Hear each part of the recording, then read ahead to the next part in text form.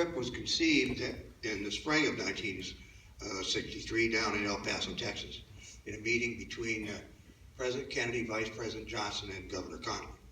They decided that in 1964, if they were going to win, they were going to have to carry at least two major states in the South. They needed as many electoral votes as they could get, so they selected Florida and Texas. Now, President Kennedy went to Florida the weekend of November 16, 17, and 18. Then he went back to the White House, and then on November 21, we flew from Washington to Texas. First we went to El Paso, or to San Antonio, then we went to Houston, and then on over to Fort Worth. The morning of the 22nd, we left Fort Worth and flew from Fort Worth to Love Field in Dallas. Now, if you know the distance between those two, you probably are saying to yourself, that doesn't make much sense to fly from Fort Worth to Dallas. It's kind of going from one suburb to another. But the political people wanted a photograph of President and Mrs. Kennedy coming off the rear of Air Force One in Dallas. And so that's what they got. And so here they come down the stairs, ramp, the rear ramp. They're going to be received by the reception committee consisting of Vice President and Mrs. Johnson. Oh, they had just seen him 20 minutes before in Fort Worth. So then President Kennedy saw that there was a big crowd behind a fence line. And so he decided to go there. And Mrs. Kennedy normally wouldn't do that, but in this case she did. And they wanted to generate as much goodwill and publicity as they could. And so they were walking along, and the newsies were having a field day. They were getting up on everything they could climb on in order to get a good photograph. And that's when we then finally got them away from the crowd and into a car and started the motorcade into downtown Dallas. Now, as we drove away from Love Field into downtown Dallas, the crowds were very minimal at first, and then they began to grow and get larger and larger. By the time we got down to Main Street, the crowds were so large they couldn't be contained on the sidewalk, and they were creating a problem for the driver of the presidential vehicle because he was trying to keep the president away from the crowd on the right. The president was seated in the right rear. Mrs. Kennedy was seated in the left rear. When he moved the car over to the left-hand side of the street, that put Mrs. Kennedy right up next to the crowd. So when that happened, as you see here, I would get up in the back of the car. Well, I knew the president didn't like us up there, but I also knew I had a certain responsibility and I was going to fulfill it. And so I got up in the car anyway. I knew I could explain it to him later. And so that's the way we went down Main Street in Dallas. I got on and off the car 4 or 5 times during that period, depending upon the crowd and where the car was positioned.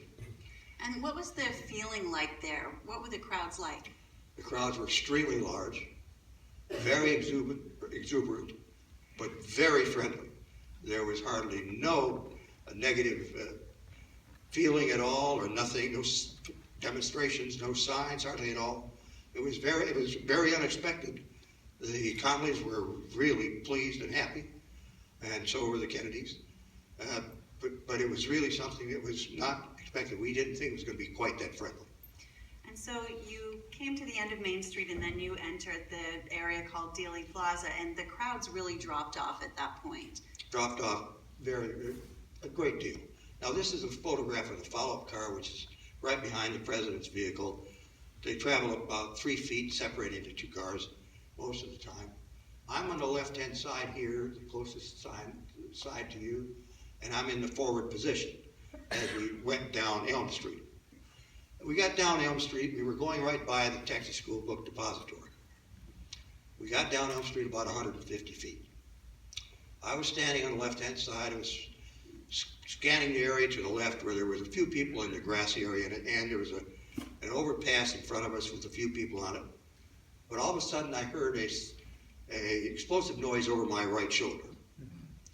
I thought at first it sounded like a firecracker. So I started to turn toward that noise.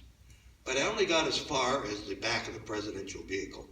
And I saw what happened in the back seat. I saw the president, all of a sudden, he grabbed up at his throat, and he started to fall to his left. So then I realized it had been a gunshot. So I jumped from my position on the car and started to run toward the presidential vehicle with the intent of getting up on top of the back to form a shield there or a barrier so that nothing further could happen.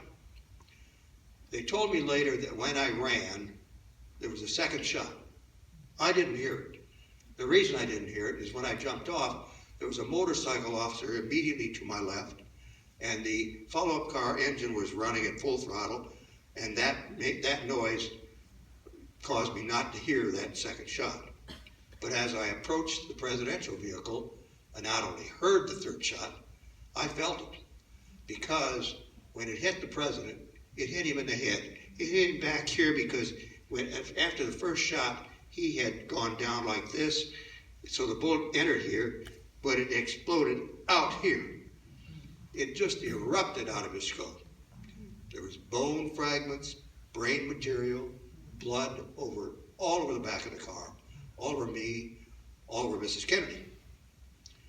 At that point, I was just going up on the car. The driver started to accelerate. I slipped. I had to take a couple extra steps. I finally got up there. And then Mrs. Kennedy came up on the trunk. She was trying to grab some of that material and retrieve it. I grabbed her. I put her in the back seat. When I did that, the president's body fell to its left, and his head was in her lap. The right side of his head was up. I could see his eyes were somewhat fixed.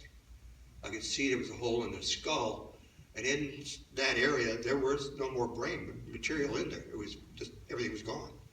I assumed it was a fatal wound. I turned, gave a thumbs down to the follow-up car, screamed at the driver, "Get us to a hospital." And we took off as fast as possible.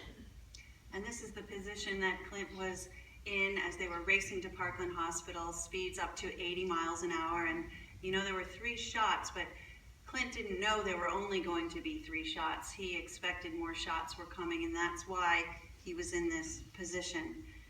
And so you got to Parkland Hospital in about 4 minutes, and the doctors tried everything they could do, but nothing could save President Kennedy. There was nothing they could do. They tried very hard. At one point, I counted 17 doctors in and out of the trauma room where he was located.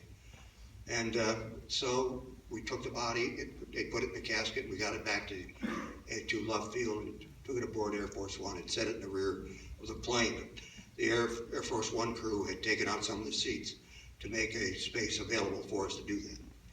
And so you were there for this iconic moment, the swearing in of the new president on Air Force One.